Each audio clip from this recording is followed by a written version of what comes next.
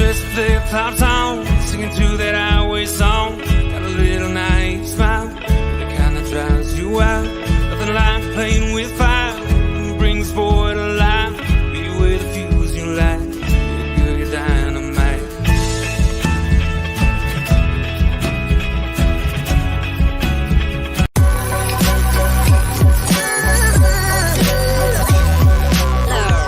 The following is a presentation of the Belly Up Sports Media Network. 14:20 in the morning, 14 minutes and 20 seconds worth of sports talk to get you through your daily commute. Hot takes, recaps, best bets, and a little humor to get your day going in the right direction. Sit back, grab your coffee, and let's get into it. All right, 14:20 in the morning for this June the 13th, 2023. Today's show is brought to you by Caldera Lab and calderalab.com. Use promo code 1420lab at calderalab.com and save yourself 20% on their all-natural skin products today, and keep that youthful exuberance in your mug all year long. Thank you very much for Caldera Lab for joining the show. And as always, we are part of the Belly Up Media Network and bellyupsports.com. Go to bellyupsports.com and check out all their great articles and podcasts throughout the Belly Up Sports Network. Anyways, a few weeks ago, a hot button topic came up involving the Toronto Blue Jays and one of their former pitchers, Anthony Bass, came up again this weekend before the start of their weekend series for their Pride weekend at the Skydome. Rogers Center it'll always be Skydome to me. Rogers Center in Toronto. The three-game series that was a Pride weekend against the Minnesota Twins was supposed to began on Friday night, but something happened before the game that kind of got the headline that I think the Toronto Blue Jays was hoping it's going to be one of those Friday headlines that people would just let it go. They're on their commute. They're getting down. They're having a good time on the weekend, and usually those things go away on weekends. That's why governments do things on Saturdays. No one's really talking about things.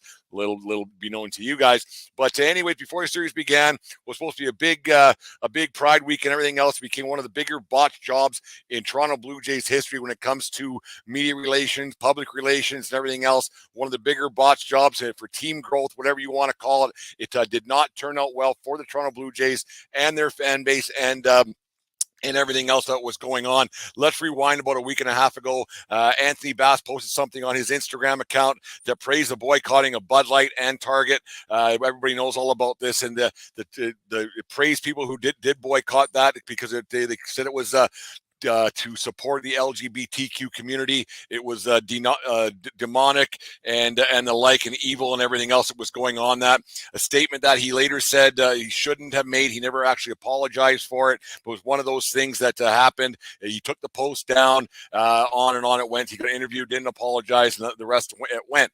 Anyways, in his next two appearances with the Toronto Blue Jays at Rogers Center, he was soundly booed by the home crowd. They did not take kindly to his comments and the Instagram account. We'll get to that in half a second too. But he was booed at Rogers Center, and it turned out to be quite a debacle for the Jays and their media relations team, and it was going on.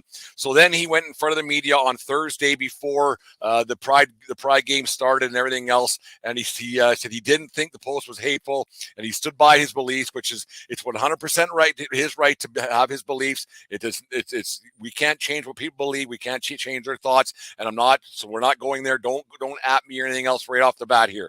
But he has 100% right to believe what he wants. And as a country in Canada, the U.S., and throughout the world, you can have your beliefs and your thoughts and everything else. But anyways, he stood by his beliefs, and that probably should have been it. Well, of course it wasn't, because the Jays had scheduled him to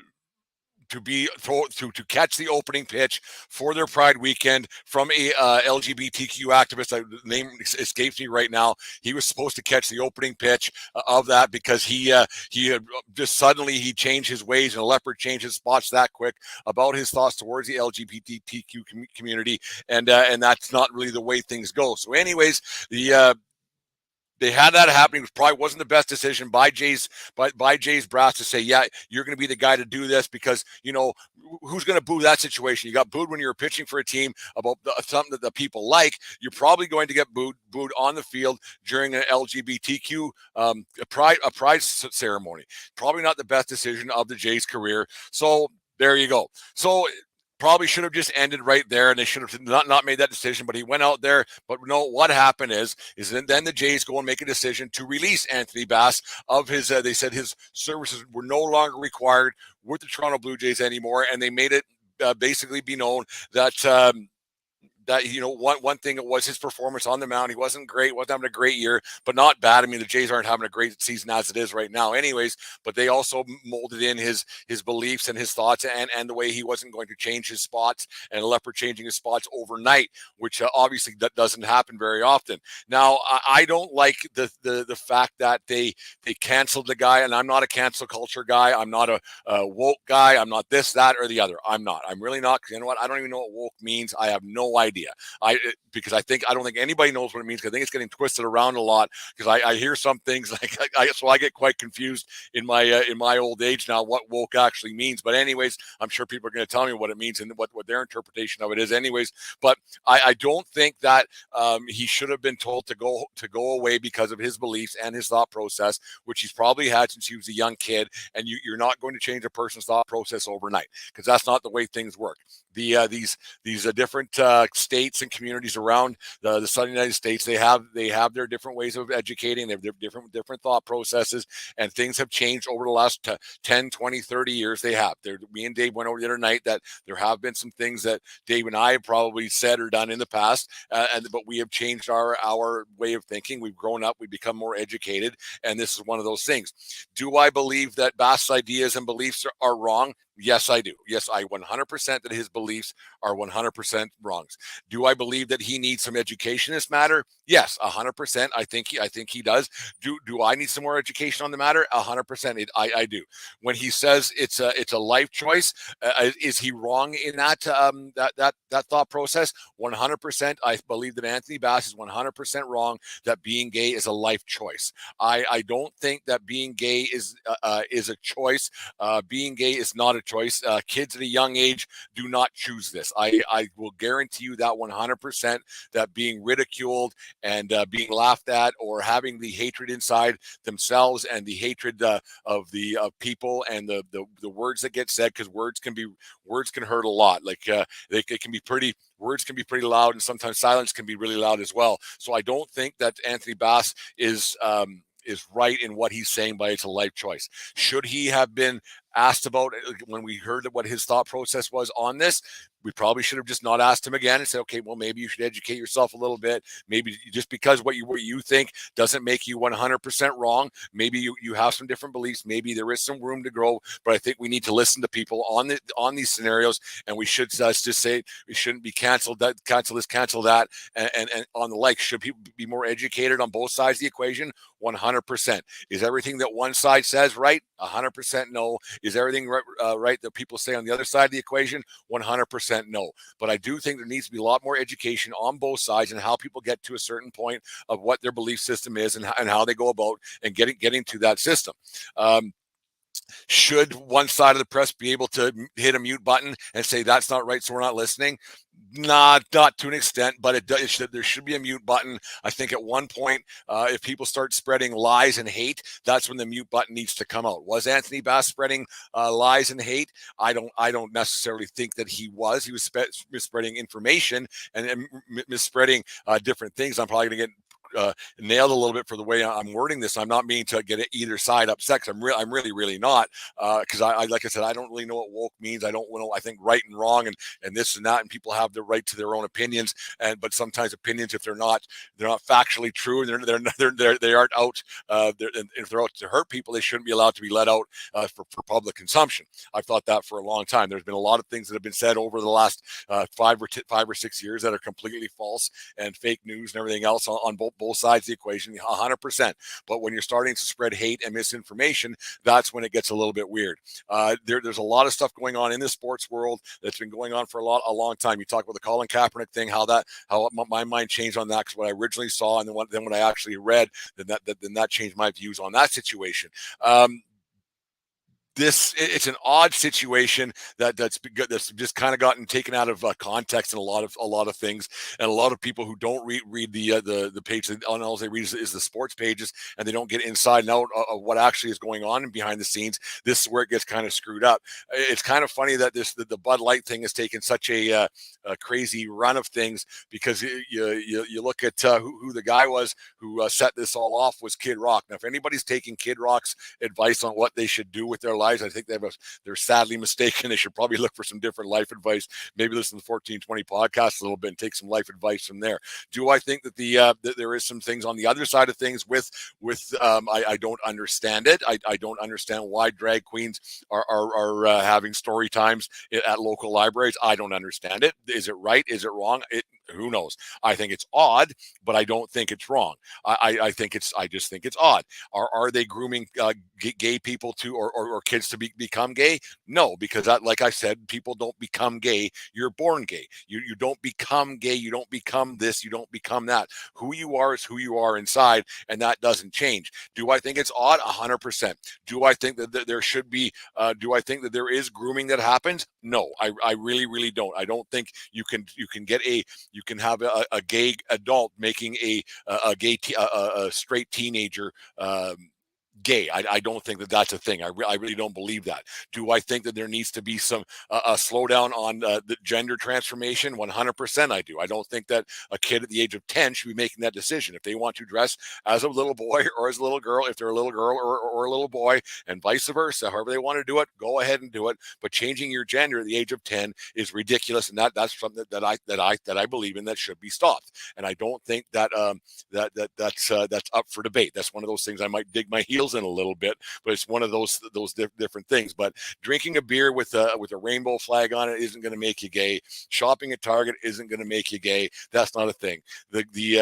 Over the years, a lot before this, a long time, way before the Kid Rock thing came out here in Canada. I don't know if they had it down in the States. I'm assuming that they did, but there was the rainbow flags on the cans of Bud Light for years, and nobody said a word. It was no big deal. It's just one of those things that happens. But I do think that we need to listen to both sides, as long as both sides aren't spreading misinformation and lies. And both sides tend to do that when it comes to these touchy situations. It gets really tough. Should one side be canceled just because?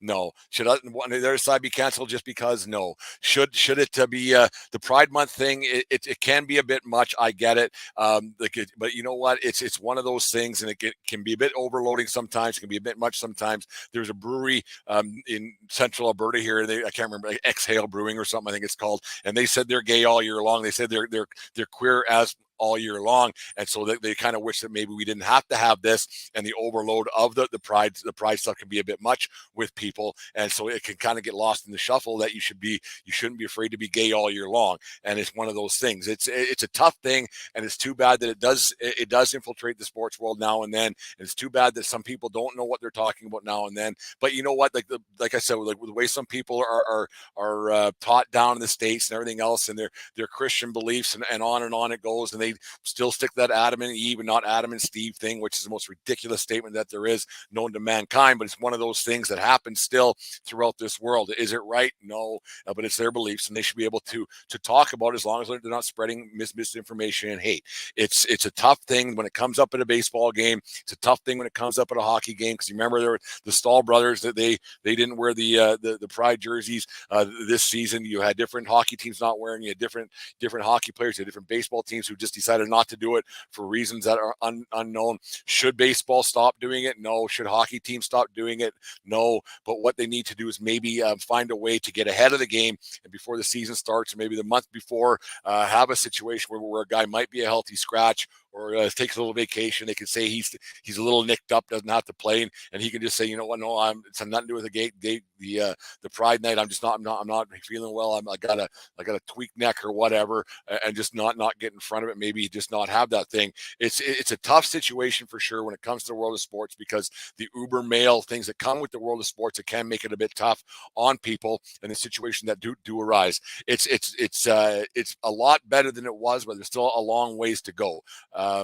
It's for us to think that there's not a gay person in their neighborhood, and for us to think there isn't a gay person on every sports team, for us to think that there isn't gay people throughout the sports world on TV, in broadcasting, who just haven't come out because they just have they might think they're going to lose their job, and the bigotry that still is out there towards the gay community, it's a real thing. There is some things that I don't agree with. There are some things I do find odd. There like I said, with the drag queens and the transgender stuff, that I still find that a little bit tough to deal with at my middle-aged life. And there's some things I don't understand, but with education, I will eventually figure it all out.